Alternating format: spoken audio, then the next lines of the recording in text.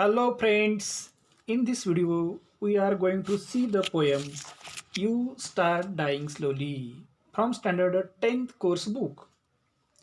You Start Dying Slowly या टायटलचा अर्थ आहे आपल्याला भरभरून जगता येणार नाही म्हणजेच काय आपण हळूहळू संपून जाऊ नष्ट होऊन जाऊ.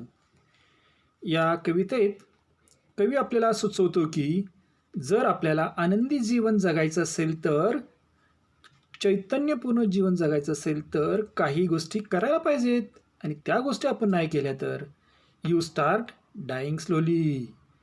आपल्याला आपलं आयुष्य भरभरून जगता येणार नाही. First of all we read this poem. तर विद्यार्थी मित्रांनो आता आपण कवितेचं वाचन करूया. You start dying slowly. If you do not travel, if you do not read, if you do not listen to the sounds of life, if you do not appreciate yourself, you start dying slowly. When you kill your self-esteem, when you do not let others help you, you start dying slowly. If you become slave of your habits, walking every day on the same path, if you do not change your routine, if you do not wear different colors, or you do not speak to those you don't know, you start dying slowly.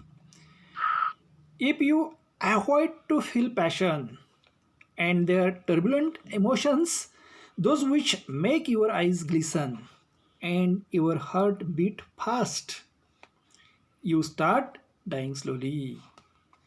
If you do not change your life, when you are not satisfied with your job or with your love, if you do not risk what is safe for the uncertain, if you do not go after a dream, if you do not allow yourself at least once in your lifetime to run away from sensible advice.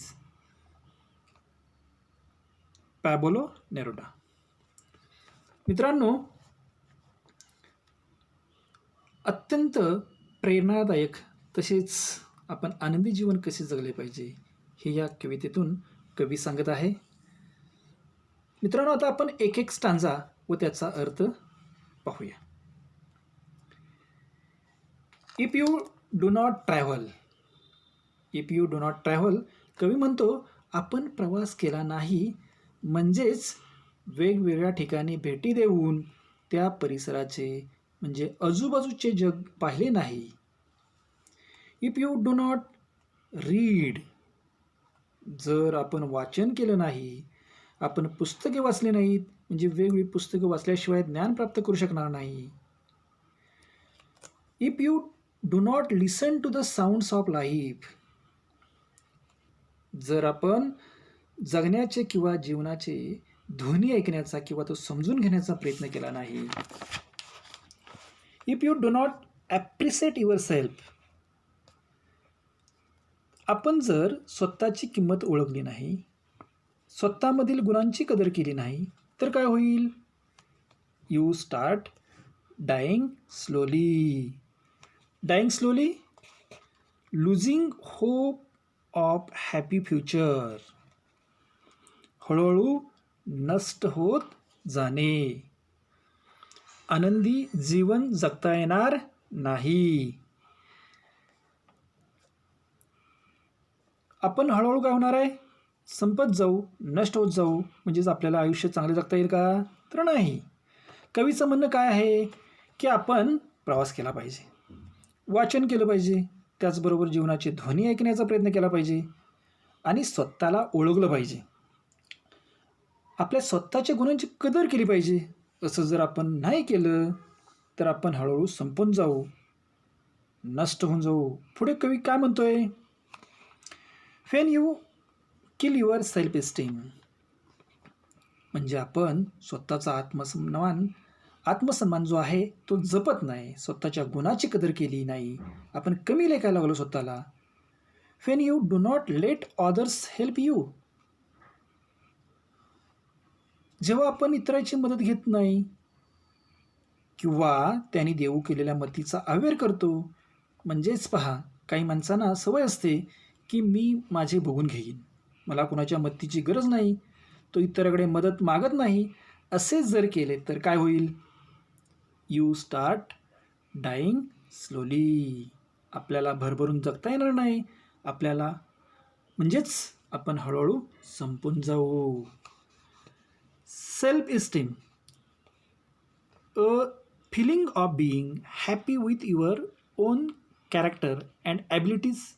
Self respect, आत्मसन्मान,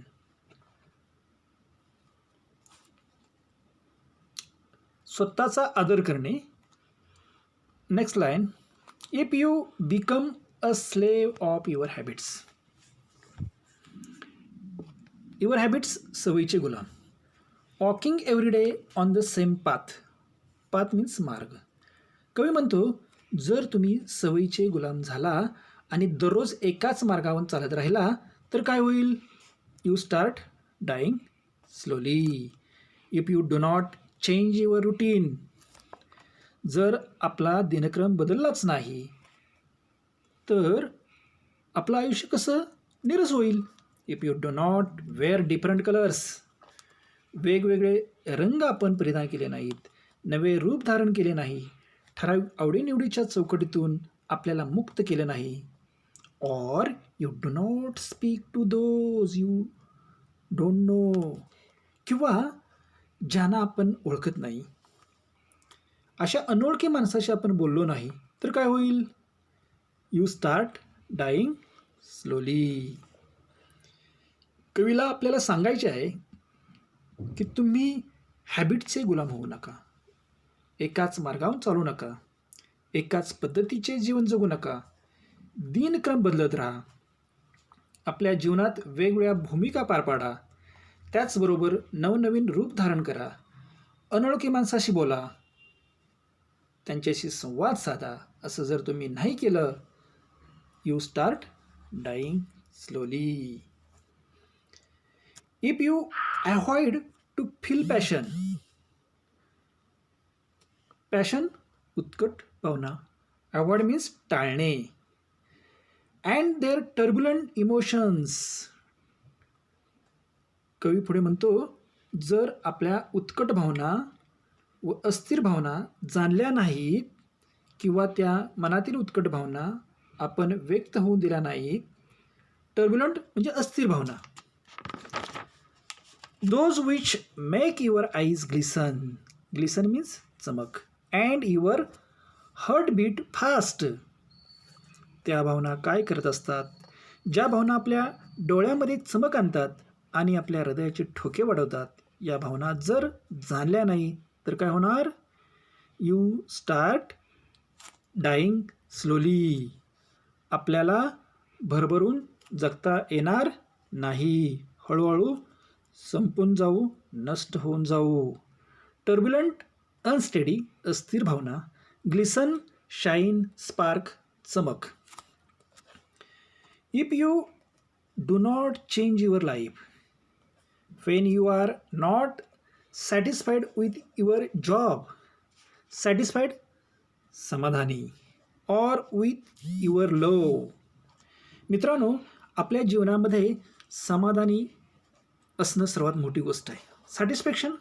जर आपल्याला आपल्या जॉबमधून, कामामधून किंवा प्रियजनकडून समाधान मिळत नसेल तर आपल्याला आपल्या जीवनामध्ये बदल केला पाहिजे, आपल्या वागण्यामध्ये बदल केला पाहिजे. जर आपण जर असं केलं नाही, obviously you start dying slowly. If you don't risk what is safe for the uncertain. Uncertain, अनिश्चित. सुरक्षित आयुष्य जगत असताना कधी धोका पत्करायची हिंमत दाखवली नाही आणि स्वतःला अनसर्टन गोष्टीचे आव्हान दिले नाही, अनिश्चित गोष्टीचे आव्हान दिले नाही तर काय होणार? You start dying slowly. If you do not go after a dream. जर आपण आपल्या स्वप्नाचा पाठपुरवठा केला नाही, स्वप्नपूर्तीसाठी धडपड केली नाही, then what will happen? You start dying slowly. If you do not allow yourself, जर तुम्ही असं नाही करू दिलं, असं करायची परवानगी दिली नाही, at once in your lifetime, संपूर्ण आयुष्यामध्ये किमान एकदा तरी असं करू दिलं नाही, म्हणजे काय करू दिलं नाही? To run away from sensible advise.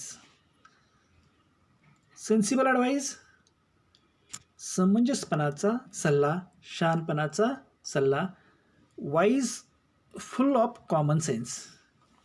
कवी म्हणतो, कधीतरी एकदा तरी सेन्सिबल ॲडवाईसपासून दूर राहा, समंजसपणाच्या सल्ल्यापासून दूर जा.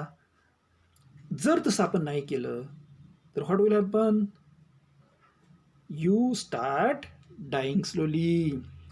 आपल्याला भरभून जगता येणार नाही, आनंदाने जगता येणार नाही, आपण हळूहळू संपून जाऊ, नष्ट होऊन जाऊ.